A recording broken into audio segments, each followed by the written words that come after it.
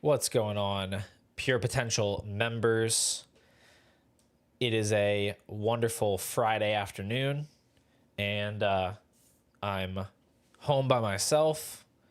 Thought I might get this stream in earlier today. Seems like it was a good time for some people. I don't know if you guys have off work. Some of you said you were going to watch the stream at work. More power to you if you can do that at your job. Just pulling up some stuff I might want to reference while we're talking. We got Nate in the chat dropping some SpongeBob's for us. We've got Cole in the chat who helped me put together some discrepancies between my rankings and the market, so we can talk a little bit about those. We got the man, the myth, the legend, Chris Miles in the building, our Discord mod, who apparently doesn't like me anymore, so he doesn't ever talk in the Discord. We got Mikey Swags in the chat. We got Jake, 30 minutes before I have to be the family Uber. Okay, well, we'll do what we can. I've never heard of Sleep Token. Apparently it's a band. I don't know what that is. Ryan is watching at work. We even got Scotty in the building. He said Travis Hunter IDP mission is online. That one, Candy Bar, we literally just got started. You're not late. You haven't missed a singular thing. But we are going to talk about some of the rankings changes. We're going to talk about the comments on Travis Hunter. If I can pull up the exact quote, we'll go over that. Talk a little bit about whatever else I wrote down. I don't remember. So anyway, starting with we'll do the ranking stuff first, since that's top of mind for me. Happy Midsummer from Sweden. Okay, international member stream. We've also got Daniel with the European friendly time, so a couple people from across the pond tuning in today. Better make it a good one, I guess. So the rankings, first of all, if we'll just go over there to the rankings page.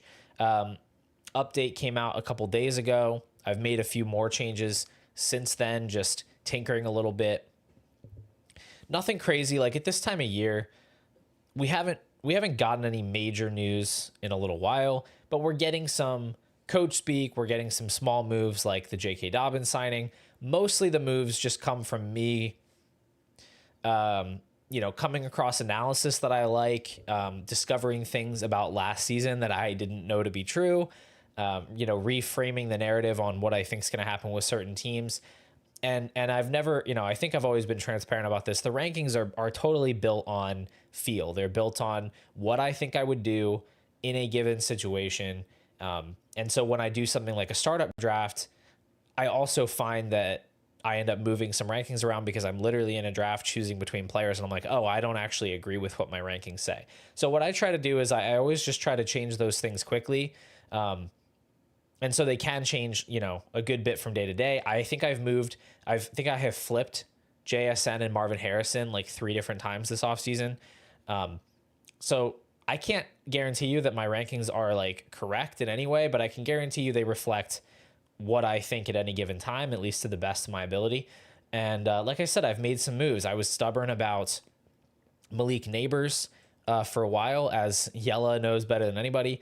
I have since moved him up to wide receiver 3, and I've now actually moved him to my 7th overall asset in Dynasty. I think that the ceiling for Neighbors is just so unbelievably high at his age, and the length of time that he could provide you with an advantage. I think it is worthwhile to actually move him ahead of Hurts, who obviously has been a good fantasy quarterback, but also has some limitations as far as like, I don't believe Jalen Hurts is like an elite top 5 quarterback. The tush push is great. He is mobile. He's not like a Lamar Jackson type of rusher. I think he's like totally fine, a really good quarterback I want to have, but I do think Neighbors at his position does provide a bit of a greater example. I totally just read the chat and then I got confused. A greater upside case at his position. Sorry, let me just adjust this real quick. Austin, but what he means here is exposing the rankings to the breakouts. No, so not everyone in this stream has access to the rankings. What I'm doing here is I'm talking through the rankings, some of the changes that have been made, and if somebody wants to sign up to have actual access to the rankings at all times, see the updates, they're welcome to upgrade and do that. I don't think they need to be kept totally under lock and key. If somebody wants to go through and like screen grab this so they have this current iteration of the rankings, I won't be able to stop you, and that's okay. But I do want to talk about some changes I'm making and some things that I'm thinking about. So they will be on screen for a little while. Austin, you don't have to gatekeep it. It's okay. I don't think that I will lose my livelihood for this. But anyway, I have moved Neighbors up a little bit, and then not a lot of other movements. I did move Rashee Rice up a little bit into the top 36. I just realized that I couldn't justify keeping him lower when I am happily taking him at the 2-3 turn on Underdog right now. I couldn't move him ahead of Harrison or JSN yet, just because those guys are only going about a round later than him in redraft. They are both a couple of years younger than him. They are not coming back from a major injury. All those good things. I fully anticipate that Rice is going to outscore them this year. That's what I think is most likely. However, I do think that the difference in scoring is enough to put them close. So I'm not moving him ahead. I wouldn't be too surprised if in season he ends up flipping these guys. It just depends on how he comes back. And so part of it is the injury for me. I did move him over A.J. Brown. I didn't think it made a lot of sense to have A.J. Brown ahead of him when they only are going like 4 or 5 picks apart now in seasonal leagues. I think that the absolute ceiling for Rice, barring... I shouldn't say absolute ceiling. A.J. Brown's absolute ceiling is absurd, but like realistic, projectable ceiling based on what we think is going to happen with these two teams. I think Rice is going to score similarly or higher. He's younger, so we're going with Rice over Brown. So it's a big move. It really is, and I'm going to be trying to see if I can get a couple more shares. I also moved Jordan Love down a little bit. I really don't feel that strongly about this, and I don't know, maybe it was an unnecessary move. I was just looking at the rankings and thinking about what I would do, and I just don't think... I guess the truth is I don't think I would swap any of these guys for anyone else. I wouldn't feel the need to. But I couldn't see myself sending Lawrence or Kyler away for Jordan Love right now, just because you look at the Jaguars setup with Liam Cohn. Maybe it's a little bit unclear, like if he's actually this coaching savant that's going to make everything better. Like he only had 1 year really running the show in Tampa Bay. It was amazing, and it was certainly better than anything we've seen from Baker Mayfield before. So I do have a pretty high degree of confidence that he's going to scheme things up much, much better than we've ever seen from Trevor Lawrence. But he has Brian Thomas, and he has Travis Hunter, and he has this creative play caller. And Jordan Love has a good play caller too, but Matt LaFleur's incentives just don't seem to be the same. Like, he's good in the sense that they win games and their offense is effective, but he doesn't seem to have the same type of offensive philosophy as Liam Cohn, who wants to turn up the pace. He wants to have a high, pass rate over expected. That's not really the MO of the Packers. They're going to kind of do what they have to do. They also play in worse weather than the Jaguars. That's a small thing, right? But the Jaguars are playing in a dome. They're playing in better weather games. You've got those winter conditions in Green Bay that can affect the passing game as well. So I don't know. I think there's enough there to say, like, I think Jordan Love and Trevor Lawrence are similar enough talents that I would just rather take the guy that I think is more likely. If one of these players has a top 5 finish this year, I think it's just more likely to be Trevor Lawrence. In the median, maybe I would project Jordan Love to finish like QB 12 and Trevor Lawrence QB 13. But again, I think if one of them is going to blow the doors off, it's probably Lawrence in the same kind of way that we saw from Baker last year. And so I would rather just be ahead of that. And that's why I moved him ahead. Kyler is a little bit of a different story. He just has such a high floor with the rushing. He's still never not finished as a QB1 in points per game. Even last year when the passing was really bad, his touchdown rate was down. That could bounce back if we see a little more development from Marvin Harrison. You know, maybe the play calling switches up a little bit after they had kind of a rough end to their season. I don't know. I see a lot more upside than downside with Kyler. And so, again, I think the range of outcomes favors him just slightly ahead of Jordan Love. So that's where I'm sitting right now. Nate, of course, saying Jordan Love going to do the thing. Every couple of days, I will forget that Nate isn't a Packers fan, that he's a Falcons fan, because he seems to cape up for all the Packers all the time. I don't know if he used to be a Packers fan. I don't know if he lived in Wisconsin at some point. I'm just not really sure what is going on with Nate going to bat for Jordan Love and Dontavian Wicks and maybe Matthew Golden. That might be fake. That might be a fake memory. I don't know. Anyway, that's where Jordan Love is sitting. And then I also moved up Breece Hall. I didn't actually move up Breece Hall. I just moved him from the base 1 into the 1.25 base 1 tier to be right next to Trevion Henderson. So essentially what I'm saying is there was a gap in value between Henderson and then that next tier with Breece and Baker. I'm just moving him closer to Henderson and Purdy. And that's just because I don't think that there was a lot of validity necessarily to like the concerns about Breece Hall. Let me just see if this is the right article because I wasn't sure. I didn't have it totally loaded up.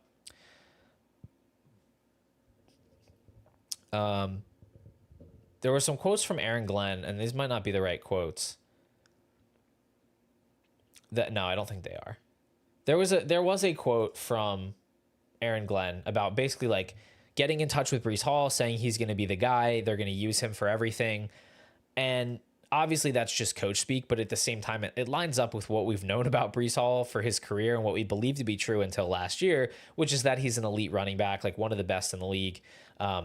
And then suddenly there's been kind of this question of like, well, is he actually that good? Like how high is his ceiling and what's the floor? Is he going to be in a committee? And I just kind of realized I don't buy any of that because he just turned 24 and he came back from his ACL and was like legitimately one of the best running backs in the league in 2023. And so, yeah, he didn't look quite as good in 2024. There was some lingering stuff that popped up, but unless we're saying he now is washed or has lost a step because of the ACL, like he somehow regressed from being fully recovered to now not being fully recovered and he's lost his explosiveness. Unless we think that's the case with him at 24 and he's like the new Todd Gurley or whatever, there's a lot of meat on this bone for him because he has been not only a very explosive running back, but also a great pass catching running back.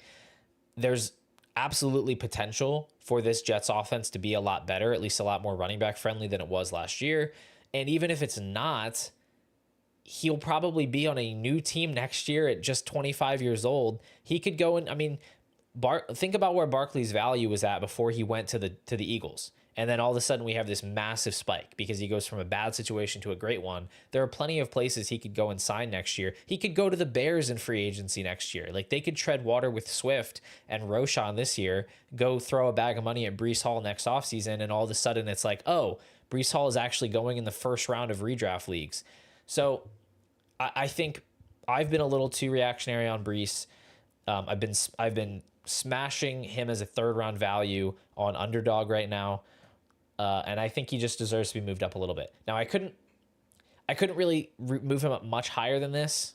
Maybe I could see taking Henderson and Hall and just flipping them over, all of these guys and putting them ahead of Wilson, ahead of Ward and Purdy. I'm not going to go that far yet, but I think they're pretty much interchangeable. I wouldn't fault you for drafting any of these guys over the others in a startup draft. I think it would be totally fine, or trading one for the other in a league where you If you have an extra quarterback, you trade him for a running back. If you have whatever, like I think all of that is fine.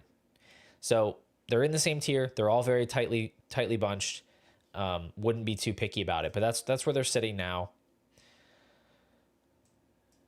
What are we talking about here? Yellow, this comment makes absolutely no sense. I know that you just like to hate Josh Downs at any opportunity, but I have no idea what that means. Nate says Breece had an undisclosed knee injury last season. Well, it must have been disclosed to you because you know about it. So it has been disclosed. Mueller is in on Breece based on health and building muscle and stuff. Okay. I mean, that's great. I mean, when the doctors are in on the guy that people think is injured or washed or whatever, I mean, that's a good sign. So yeah, I mean, again, I like him. And I also think he represents a pretty significant drop off at the position. Like, you go from Breece down to Judkins and Taylor and McCaffrey. I mean, McCaffrey obviously has the ceiling, but there's a lot more fragility there than with Breece. Judkins, I don't think is going to light up the score sheet this year, even if he is good. Taylor has always been like kind of a cap ceiling guy.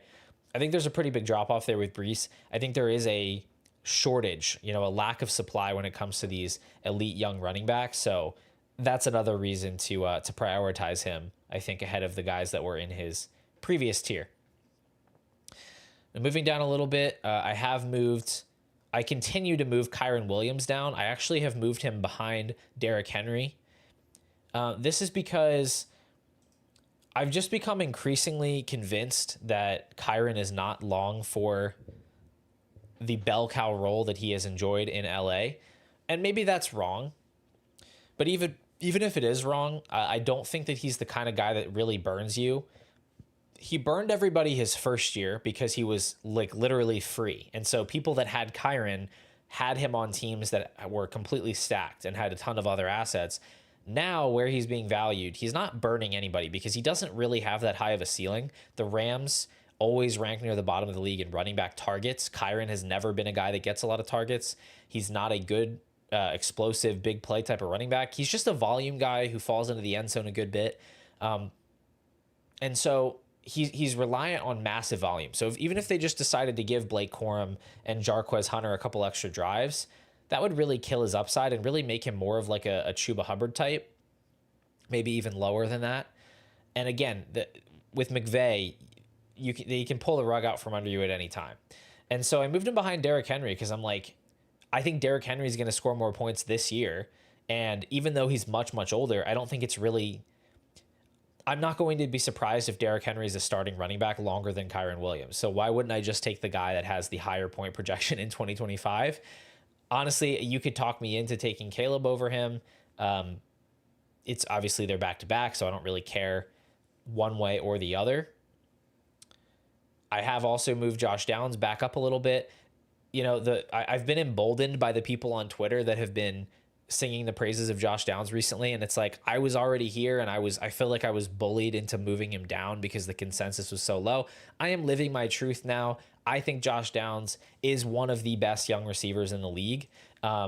Certainly the situation has its concerns, but I'm comfortable taking him ahead of guys like Metcalf and McLaurin and Ayuk and Judy, who all have their own concerns. Judy doesn't have a quarterback. Ayuk is coming off an ACL. DK Metcalf's in a run-first offense with a 41-year-old quarterback. He's never lived up to expectations since his second season. McLaurin turns 30 in September. These guys all have warts. I think it's highly conceivable that Downs is not only the best player in this group, but he's also the youngest outside of Golden. He has a lot of time for his situation to sort itself out. And Daniel Jones started almost half the year for the Giants, and he absolutely peppered Wan'Dale Robinson with targets. Wan'Dale Robinson had like 140 targets. Josh Downs is like Wan'Dale Robinson on steroids.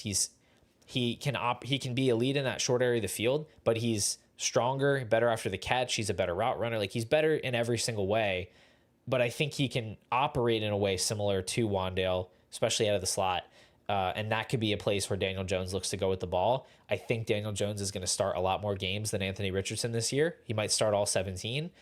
And I think that the Colts are going to run more 11 personnel because, as Jacob Sanderson pointed out, the drafting Tyler Warren gives them the chance to play an 11 because the tight end now can be trusted to both block and run routes. Previously, the tight end, they had Granson, who was like a receiving tight end who was just terrible, but he couldn't block. And then they had like Mo Alley Cox, who could block, but they couldn't trust either guy to do both things.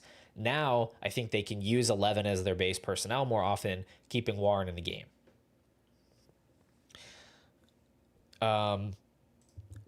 Daniel asks, should you invest in Hunter as a Kyren owner? I mean, I would invest in Hunter in any situation. I wouldn't want to overpay. I don't think you need to do that because, like, if you're going to overpay, you might as well just trade for a different running back on a different team that is also a starter or has a chance to be a starter. So I wouldn't want to be paying more for him when I could just get someone else. But, like, I view him as an early third round type of value, and that is above what the market views him as. So I think you can acquire him at my value pretty consistently. And yeah, I mean, as a Kyren owner, it certainly doesn't hurt to have your handcuffs. It's a lot more viable to have your handcuffs in Dynasty than in redraft, where you have these limited bench spots. Like, you can hold your own handcuffs in Dynasty for sure. Nate points out that Pittman works in the same areas as Downs. He can also thrive in the short area. That's totally true. And Pittman is a good value as well. I moved him up a little bit. I just think that Downs is better, and he's also younger. And so that matters to me. I feel quite confident that Downs is a better wide receiver than Michael Pittman, like, just overall. He's probably not going to run as many routes this year as Pittman, but I think he's going to get targeted more frequently on those routes. I think he's going to be more efficient on those targets. You can definitely like both. I think it's totally fine to invest in both. But yeah, he's not a dead asset at all, to answer the other question. He's not a dead asset. I just drafted him in my last startup, and I think he can be a good trade target right now. I just don't think the upside is as high for him. T asks, why Burden over Downs? I just think Luther Burden is such a uniquely high upside prospect. And, like, at this point, when you get to this, when you turn over from that late first value to early second value, I just think you really want to be cranking up the upside meter on the players that you're picking. Like, obviously, I could see trading a Luther Burden for, like, a Derrick Henry. If you have the type of roster where it's like, I have a lot of youth, I have a lot of value, but what I need is a highly productive player that I can start. That's fine. But I want to be turning up the upside meter with these picks as much as I can. And with Burden, like, yes, there are red flags in the profile. I think he could totally flame out and suck. But I think because he was drafted to the Bears with Ben Johnson, and he was a priority selection for this new regime who already had weapons. I just think that there's so much upside for him as, like, this manufactured touch guy who Harmon thinks is a lot better route runner than people give him credit for. He had the insane sophomore production. I just think it's really easy to see how this goes well for him as an early declare with his college profile, with how his skill set matches up to the Ben Johnson offense. If he was on a different team, I think I'd have him ranked lower, like near the bottom of this tier. I think it really, really fits in well in Chicago. And obviously, I don't love the comments about him, like, not being out there, missing time, but it's a long off season. Like, he could totally improve. Austin makes a decent point. Maybe just trade Kyren. Like, people tend to value Kyren higher than I do, almost universally. I did trade him in a league today where it's a lot of people that think similarly to me, and they hate running backs, and they especially hate Kyren. Like, he might as well be dead to them already. And I did end up moving him to one of the more fragile teams in the league to get his 2027 first. Not straight up. I traded Jonathan Taylor and Kyren Williams for his 2027 first, which I believe will be top 5, his 2027 second, and James Conner. So the idea, basically, Kyren swaps out for Conner for this year. I get the first and second for Taylor. It's definitely not value that's on par with the market. I should be getting more for those two players, but I knew in that particular league, with how many people are trying to tank this year, with how the other people either have their running backs room set up or how they value running backs, I knew I wasn't getting a better offer than that. And I think that 27 first is really the highest upside asset that I could have acquired for those two players. So now I'm going to try to move some value around to get another running back, because I did move Taylor, but Connor can slide right in. So it should be fine. And if you guys are curious, I'm just gonna see if I can pull up that league since I have the tab here anyway. This is not one of my better teams, to be honest with you, but it's not bad. Like it's fine. It's very middle of the pack. It's right here. So I've got Stroud, Ward, and Darnold at quarterback. I now have so this isn't updated. I don't have Taylor and Kyron now. I have Genty, Connor, Montgomery, and then kind of some backups: Ray Davis, Ramondre, Giddens, Corum. I have London, Lad McConkey, Jalen Waddle, Luther Burden. I traded Ricky Pearsall straight up for Burden in the rookie draft. I was pretty happy about that. And then a bunch of nothing. I definitely need wide receiver help. And then I have Njoku, Freiermuth, Theo Johnson. I have my own first. I have no second, but some extra picks. And then obviously I now have 2027 firsts and 2027 seconds. So it's like a fine team. Like it's not going to compete for a bye.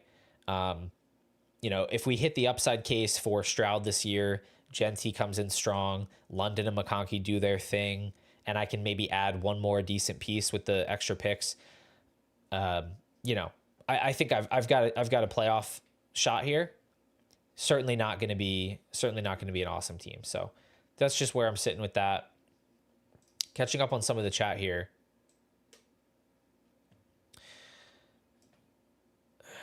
Frielster said, need Steichen to wake up and realize Downs can play on the outside. He absolutely can. I just think they really like the role that Alec Pierce plays as a field stretcher. He's actually pretty good in the role that he plays. Like he's not really a target earner, but he's a good clear out type of guy. He does some things well. He blocks well. So I don't think it's going to happen right away, but he could get that route share up closer to like 80% if they run a lot of 11 personnel. Austin says, Richardson's too low. He should get another chance some way and could get hype like Fields. Yeah, I mean, I don't know. I don't really see. I think Fields showed a lot more, and I think Fields has a much better, like, personality and work ethic than we've seen from Richardson. Like, Richardson is, like, Michael Pittman said he hasn't heard from him all offseason. Like, I don't know that he really likes football, to be honest, or that he wants to be a pro quarterback. I don't know the guy personally, but I haven't gotten any indication that he's really taking this seriously, and I just don't think I don't think teams are going to want to deal with that, with the injury, the attitude, and he's shown even less as a passer than Fields had. Like Fields showed a lot more tools and ability to do stuff. Like Richardson just isn't accurate at all. I think he's more like a Josh Rosen, Jamarcus Russell type of guy. He's just done. Like I think it's just over for him.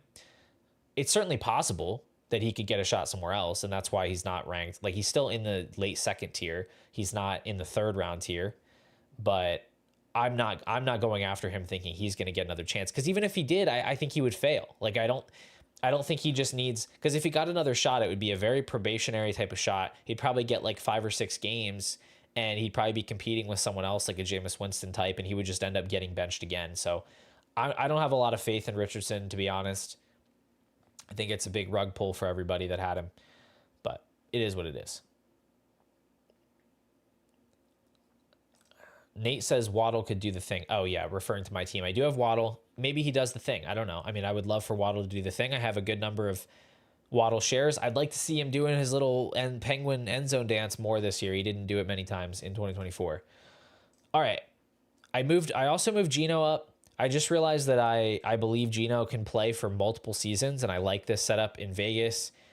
He's consistently been like a mid QB2 or higher, so I don't know why he should be so far behind, like Justin Fields, so far behind, Tua. Like he's a tier behind Tua and Bryce, but like he shouldn't be that far behind them. So I moved him up into this top half of the early 2 tier. I moved Mark Andrews back up a little bit. He really was pretty good last year on a per out basis. And so I think it's reasonable to bet on him. Like maybe he just runs more routes this year. Maybe they run more 2 tight end sets. Maybe they realize that he is actually better than Isaiah Likely and always has been. I don't know. I think he's pretty good. And like, yeah, he caught a lot of touchdowns last year. I think he'll probably catch a lot of touchdowns this year because he has one of the best quarterbacks in the league. And I moved Pollard down like just a handful of spots, like 6 or 7 spots. Because there was some concerning research from JJ Zachariason on the Late Round podcast about running backs and their yards per out run. I think we could see Pollard's target share dip a bit, and that's just going to lower his ceiling a little, enough for me to separate him from Connor. If he becomes a little bit more of a 2-down grinder, sees more of like an 8 or 9% target share rather than the 11 or 12% he had last year. It's a small thing, could happen. And then other small moves, moving Daniel Jones ahead of Anthony Richardson. I did move Debo and Warren down a half a tier into the top of this tier. I moved Stephon Diggs up a little bit. He's supposed to play week 1. He's not doing drugs, or not officially doing drugs. He's not going to get suspended or anything for being on a boat, whatever that weird video was. So I think we should probably be a little bit more bullish about him with how much we like Drake May, how little target competition there is. His peripherals last year were actually decent. So yeah, I think he deserves a little more love there in the rankings. So anyway, we're gonna move on from that for now. Hopefully pull up the quotes from James Gladstone. A-Rich is too high. What do you mean too high? He's literally, who is he way too high? Like, I would love to know who you think you're trading him straight up for here. That's like clearly a better asset to have. Like Darnell Mooney, Dallas Goedert. Like, I don't know. Those guys I'm not really afraid of missing out on that type of an asset, to be honest. You could do it, and I wouldn't fault you for it, but I don't think he's way too high here. We're like, he's like 10 spots ahead of like handcuff running backs. I'm surely we can value him ahead of okay, he's trolling me. Of course he's trolling me. You can get lost, buddy. All right. So the quote from Gladstone. I do think there's a little bit of a misconception in that it's wide receiver first, corner second, as much as it is the learning methodology of wide receiver through this phase and then continuing to trickle in more defense. That is his primary background. Okay, that's the start of the quote. Our understanding is that Travis is most naturally comfortable, most naturally in tuned on the defensive side of the ball. We wanted to load him offensively throughout this window to ensure that by the time we got to training camp, we had a runway built up on that side because there's so much more nuance, there's so much more adjustments in real time on the offensive side of the ball that would require a lot of learning. And then they asked him about the number of snaps that Hunter will play does not have to do with his stamina as much as the game plan each week. Time will truly tell. I think the thing you can in fact read into at this stage is just that he does not tire. He's got a spark. He's got the energy, the capacity from a physical standpoint just to be able to do it. It's certainly there. It will be in terms of one game to the next. Where does it fit? Where does it make the most sense? Certain game plans may dictate usage differently.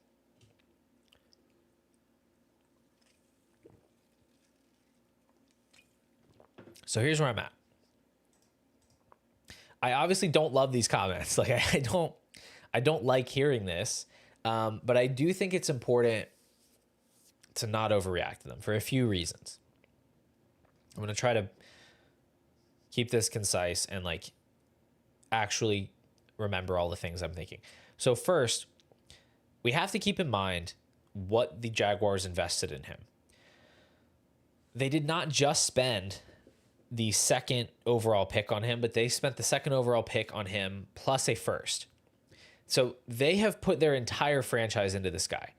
And I'm sorry, just from like a high level common sense perspective, it makes absolutely zero sense to make that investment in a primarily defensive back player. Like no defensive back in the history of the NFL has ever been worthwhile for that price. And I do not think that is their plan. The quote also doesn't even say that it's wrong that he will play most wide receiver. What it says is it's a misconception that it's wide receiver first, corner second, simply because he's been playing more wide receiver. It doesn't say he's going to play more defense than offense. It doesn't say, like, it also doesn't say his offensive snaps are going to be limited. What it says is they want to get him comfortable with offense immediately because he has more of a background with defense and because he's more comfortable there. The other thing is that he's absolutely going to play more than 100% of the snaps. So which, okay, on the surface, that doesn't make sense. What I mean is he's not going to play 50-50 offense and defense. That makes absolutely no sense because that would mean he's just the same as one full player. He's just split between two units. But he doesn't add any surplus value if he's playing 50% of one and the other. In fact, he's probably hurting the team if he's playing 50-50 because it's harder to do that than to just have a full-time cornerback. He's splitting himself between meetings. He's splitting himself between practice. I really, really doubt that that's the best way to utilize him. So the value that the team would gain from him is if he's able to play, let's say at least 60% on both sides, or 70% and 60%, or 80% and 40%, something that's over. The percentage of snaps he plays on offense and defense is going to add up to more than 100%, in my opinion. So just putting that out there, like even if he ends up playing 50% of the snaps on defense, there are still worlds where he could play 75, 80% of the snaps on offense. Would he have a slightly higher injury risk? Absolutely. Can it actually be done? I don't know. The other thing is you have to understand that not all snaps on offense are going to be created equal. The snaps that Travis doesn't play on offense are very, very likely to be run plays or first reads that are going to other players, primarily Brian Thomas. And so this is a point that Jacob Sanderson made in his Substack article that Nate has been asking me to talk about. As you reduce the routes, like if you reduce his number of snaps and his number of routes, you should be scaling up the percentage of first read targets, his targets per route run, because they're obviously going to be putting him on the field more often when the play is designed to go to him. They're not going to load him up with a bunch of run blocking snaps and take him off the field when they need him to catch the ball. And so like we saw last year, Adonai Mitchell is obviously a much worse player and a much more reduced role, but A.D. Mitchell's targets per out run was crazy high because they would only put him on the field when he was a legitimate read on that play. That's going to be the case with Hunter. The more they scale back his role, the more it's going to be highly concentrated on him when he's on the field. Now, that being said, I still think it's pretty likely that he gets up to 75, 80% of the routes for a couple of reasons. Number one being, after Brian Thomas, the Jaguars do not have a single good wide receiver. De'Ami Brown has had like 3 good games in his entire career. He's been in the league for 4 years. Parker Washington is nothing but like a rotational slot wide receiver, and I could not name another wide receiver on their team. They cut Gabe Davis. I don't even know who the rest of their wide receivers are. So that's a big problem for an offense like this. You think about Liam Cohn's primary background as an offensive play caller. I think that he has a pretty vested interest in making his offense look good, both for the team's success and his own success, his own reputation. He's going to be putting pressure on for them to put Travis Hunter out on the field as much as possible because he is going to make their offense better. And I think it's sort of a self-fulfilling prophecy that the better Travis Hunter is, the more that he will demand playing time on offense. And all things being equal, if he's really, really good at wide receiver and really, really good at corner, like let's say equally good or close to equally good, the impact of that wide receiver is going to be higher and also more publicly visible, more publicly noticed than his impact on defense. So the team will be incentivized to put him on offense. The coaches will be incentivized to put him on offense. It's really all on his plate to be a good wide receiver. And that's the case with every rookie wide receiver, right? Like if Emeka Egbuka sucks, he's not going to see more routes. If Luther Burden sucks, he's not going to see more routes. Jaden Higgins, like Trey Harris, all these guys are going to have to earn their routes one way or the other. So the fact that Travis Hunter plays defense doesn't really change the baseline expectation, which is that a rookie wide receiver has to come in and be good enough to get routes on the field and to earn targets. So, yeah, so just getting all of that out there all together, I think the calculus hasn't changed all that much. Certainly, I think we should lower the floor expectations a little bit because maybe in his, especially in his first season, maybe they do pare back that they do pull back the total snap share a little bit to get him kind of used to the speed of the NFL game, the demands on the body. But I think over time, they're probably going to try to condition him to be able to handle maybe not a total full-time role both ways, but certainly well above a 100% combined snap share, more like maybe 75-75, maybe 80 on offense, 50 on defense, something like that, I think is very, very likely. So anyway, those are my thoughts. I hope that makes sense. And I hope you don't see this as like pure copium on Travis Hunter because I ranked him highly and I defended him at 102. I still do think that if I was drafting a rookie draft today, that I would still take Hunter as the second rookie off the board. I think I feel slightly less conviction in that than I did. But Hunter and Hampton and Tet have all been ranked back to back to back in the dynasty rankings basically since the draft. So it's not like there's ever been a massive gap between them. But that's what I'm thinking. I don't want to overreact to these quotes. And yeah, I mean, so like I said, that's where I stand. I do want to catch up on a little bit of the chat here. Like T said, they have been lacking offensively, and they will continue to lack offensively. They do not have any legit weapons outside Thomas other than Hunter. So I think he needs to be out there. Based on pure logic with the draft capital, these factors, he should be on the field. Yeah, I mean, that's where I see it.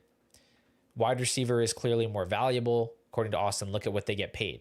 Yeah, I mean, it's not a secret that the NFL values wide receiver play ahead of cornerback play. Like that is just an undeniable fact. Their compensation is not even remotely close. De'Ami Brown had 3 good games last year and he got $10 million. Like that's just not happening for cornerbacks. So that is an undeniable fact.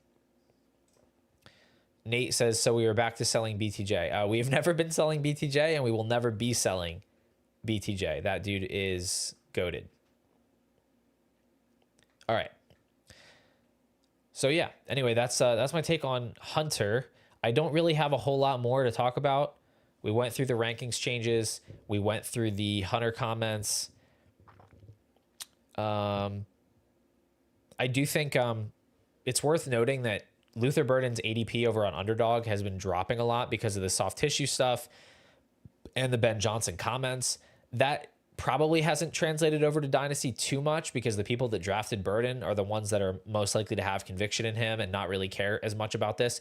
But if you're seeing any kind of a dip in the Luther Burden, perception in the value, you could definitely send out some low ball offers, try to buy low on him for a little bit less than he cost in rookie drafts. I'm pretty comfortable with the exposure I have to him right now, but I could definitely see sending out some. Just worth noting that. Also, you guys are welcome to drop any more questions. If it's a trade question, if it's whatever in the chat, and I can hit those before we wrap this up. Otherwise, I just wanted to ask if any of you did watch the Ron Stewart video that I did with him last week. One, other than the sound quality, did you find that video enjoyable? Did you think it was actionable? Was it worth watching? And then is there anything you'd like to see in the future? If I'm collaborating with another analyst, is there anything you think would be interesting to hear me discuss? Particular topics or types of videos that we could do? Definitely open to those ideas, whether it's you could tell me right now, or you could send me a direct message, or you could say it in the chat. I don't care. You can tag me or whatever. But I would love to know what you guys thought of that and what you would like to see in the future, because I would like to do more collabs, even if it's just like for my own benefit, because I really do enjoy talking to other analysts. But also I want the content to be good. And so just something that I've been thinking about a little bit.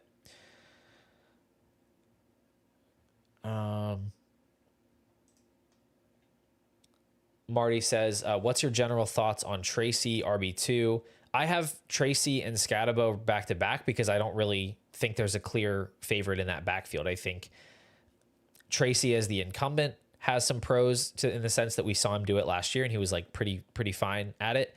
Scatabo has some steam in the sense that he's the new addition. The team felt the need to go and invest in a running back, but a 4th round pick isn't enough of an investment for me to say definitively that that's going to be their starter. I think they could split, but I also think that neither of them are like such imposing talents that they need to get work. So like one of them could win over the other and just take over the backfield.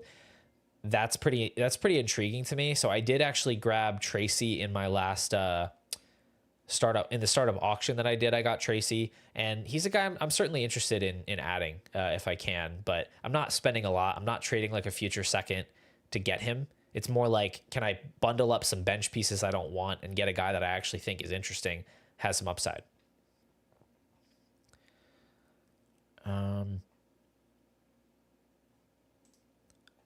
Scotty, I appreciate the feedback. Ron video was goated. Great video with Ron. Thank you guys. I appreciate that. I had fun doing it.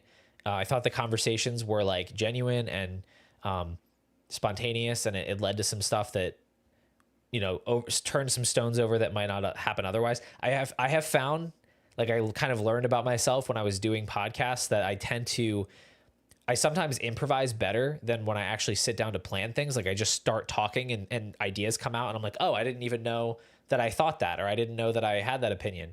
And so I try to put myself in those positions as much as possible so that I can find opinions and find ideas that I didn't know about. Let's see. What did people suggest here? Jay Mamana did watch, thought it was cool.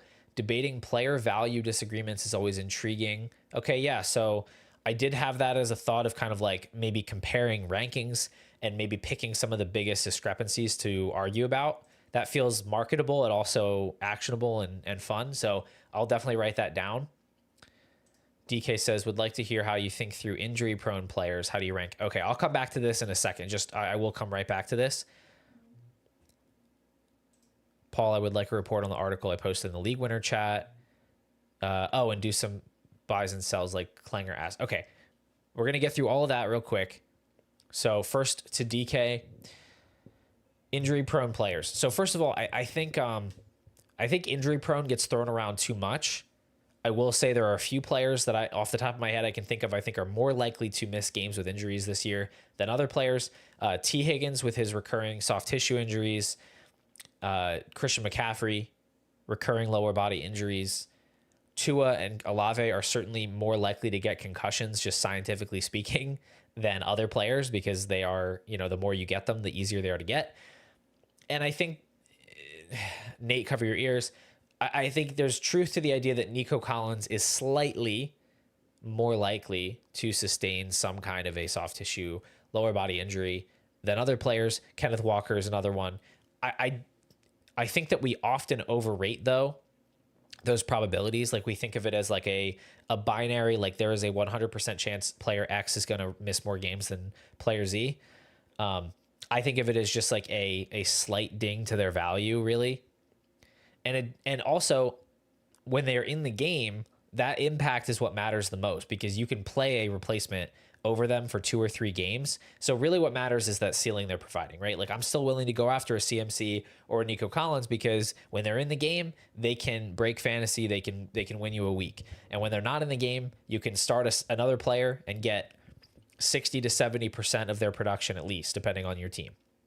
So the way that I rank them is how they're ranked. Like, I rank Olave pretty highly because despite the concussion risk, I think he has access to a production ceiling that, like, in most realistic outcomes, we don't have for Jordan Addison. In most realistic outcomes, we don't have it for Zay Flowers or other wide receivers that I can't think of right now that are in that range. I like the ceiling on Olave, and so I'm willing to rank him pretty highly despite some concerns.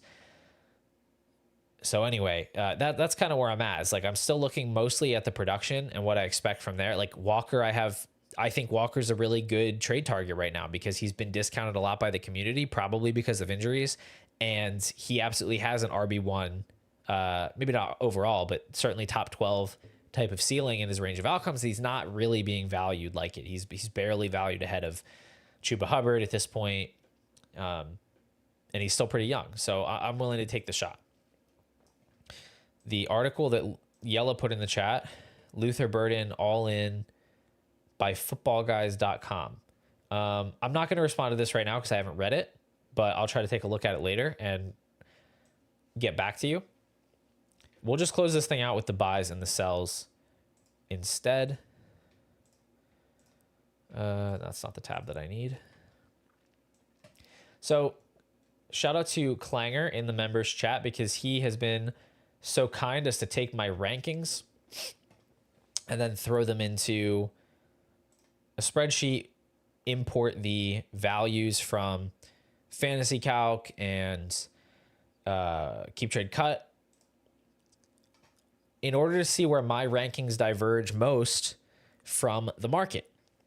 And a lot of these are not going to be surprising names, so we don't have to linger a long time on a lot of these guys. Travis Hunter, Tat McMillan, Rashee Rice, Trevor Lawrence, Dak Prescott, Colston Loveland, Emeka Egbuka, speak of the devil, Chris Olave. These are guys that I have talked up, I think, pretty relentlessly. I like to be ahead of the market on rookies. I think the market is always too low on rookies, so I try to be aggressive in ranking them. Dak and Lawrence continue to be, I think, undervalued quarterback targets. Rice, we just talked about the move up. I would have been high on him even before the move up, but now I'm really high on him. I think the market's too slow to react on that. I think that the Hunter and McMillan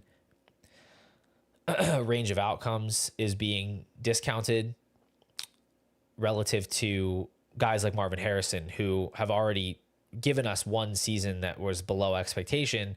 I think there's more fragility there than people want to admit.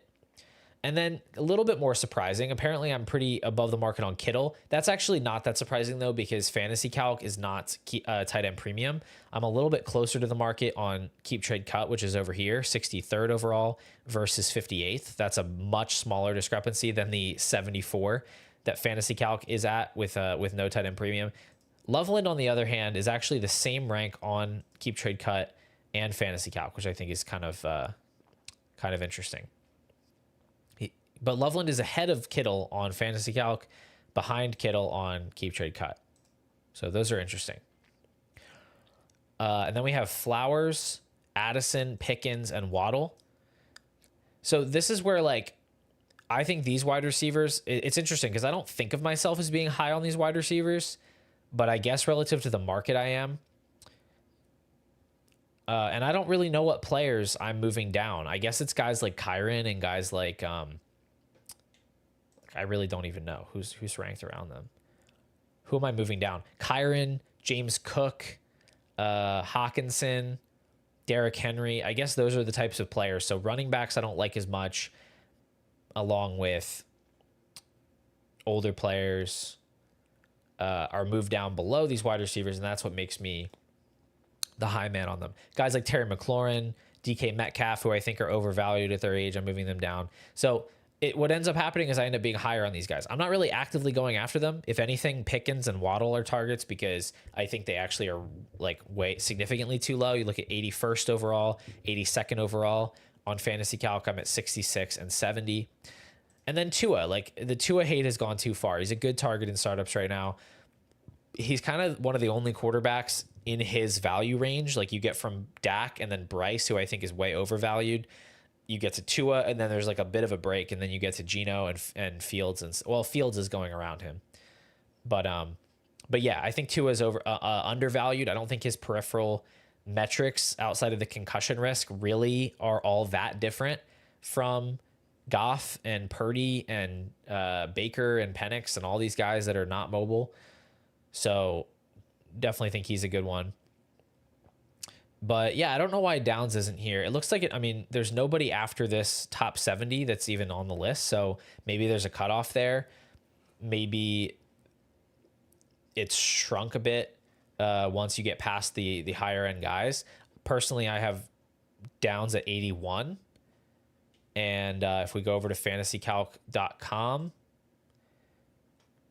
I think he's going to be pretty low. Now, the picks mess this up because they count the picks and the rookies, so they're double counted. So we're going to have to subtract a pretty significant number from whatever Downs shows up at. But like we can see here, he's outside the top 100. He's sitting at 121. And if you see, okay, pick 206 is here. So there's at least 18 picks plus some of these like round 2, round 3. So I'd say he's probably 20 to 22 spots higher in their rankings, which means he's probably around 199 overall.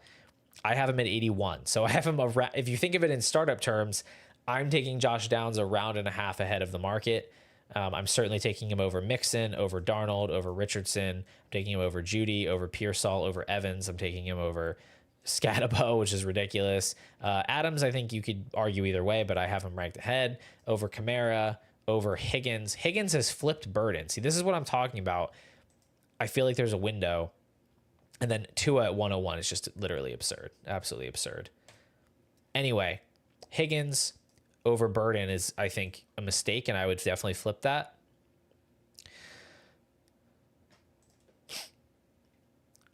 Yes, Cole, I did notice that they don't include the picks. That's really handy, to be honest with you. It really helps give an accurate portrayal. I think I've talked to the Fantasy Calc guy a little bit. I think I might send him a DM and be like, can you possibly make it so that these are toggleable? Like you can just click them. When you toggle them off, they go away. Because that would be really helpful. I think he could totally do that.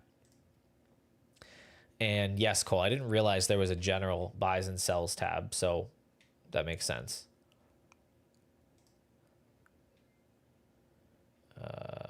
I don't know where that, oh, there it is. Buys and sells. Here are some general buys and sells. We've got Olave, Downs. There he is. There's my boy, Juwan Jennings. And then apparently I like, well, that makes sense because, again, there's no tight end premium. So I'm higher on Johnny and Goddard. But, again, that's mostly the premium.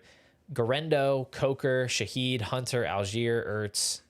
And then we've got sells. These all are on brand. Kyron, Cam, Richardson, Pitts, Mason Taylor. I like Jaden Blue a decent bit. Maybe I need to move him up. I don't know. I think the Fantasy Calc rankings are a little bit aggressive for a guy that I just don't think has like legit starting running back in his range of outcomes. I like him more as like a best ball piece. Shador, Devin Neal, Jalen Royals, Kate Otten, Marshawn Lloyd are guys that I'm a little bit lower on than the market. Anyway, we're going to wrap up here, guys. We've got to just about an hour here. This has been a really good conversation today, I think. I'm glad we got a chance to do the Travis Hunter thing because I feel like I was able to articulate it a little better than I had in my head. I might go watch that back to remind myself what I said. But yeah, thank you guys for tuning in. That's the member stream. I'm working on another video that I'd really like to get out tomorrow. Might end up being Monday. We'll see. But it'll be out sooner than later.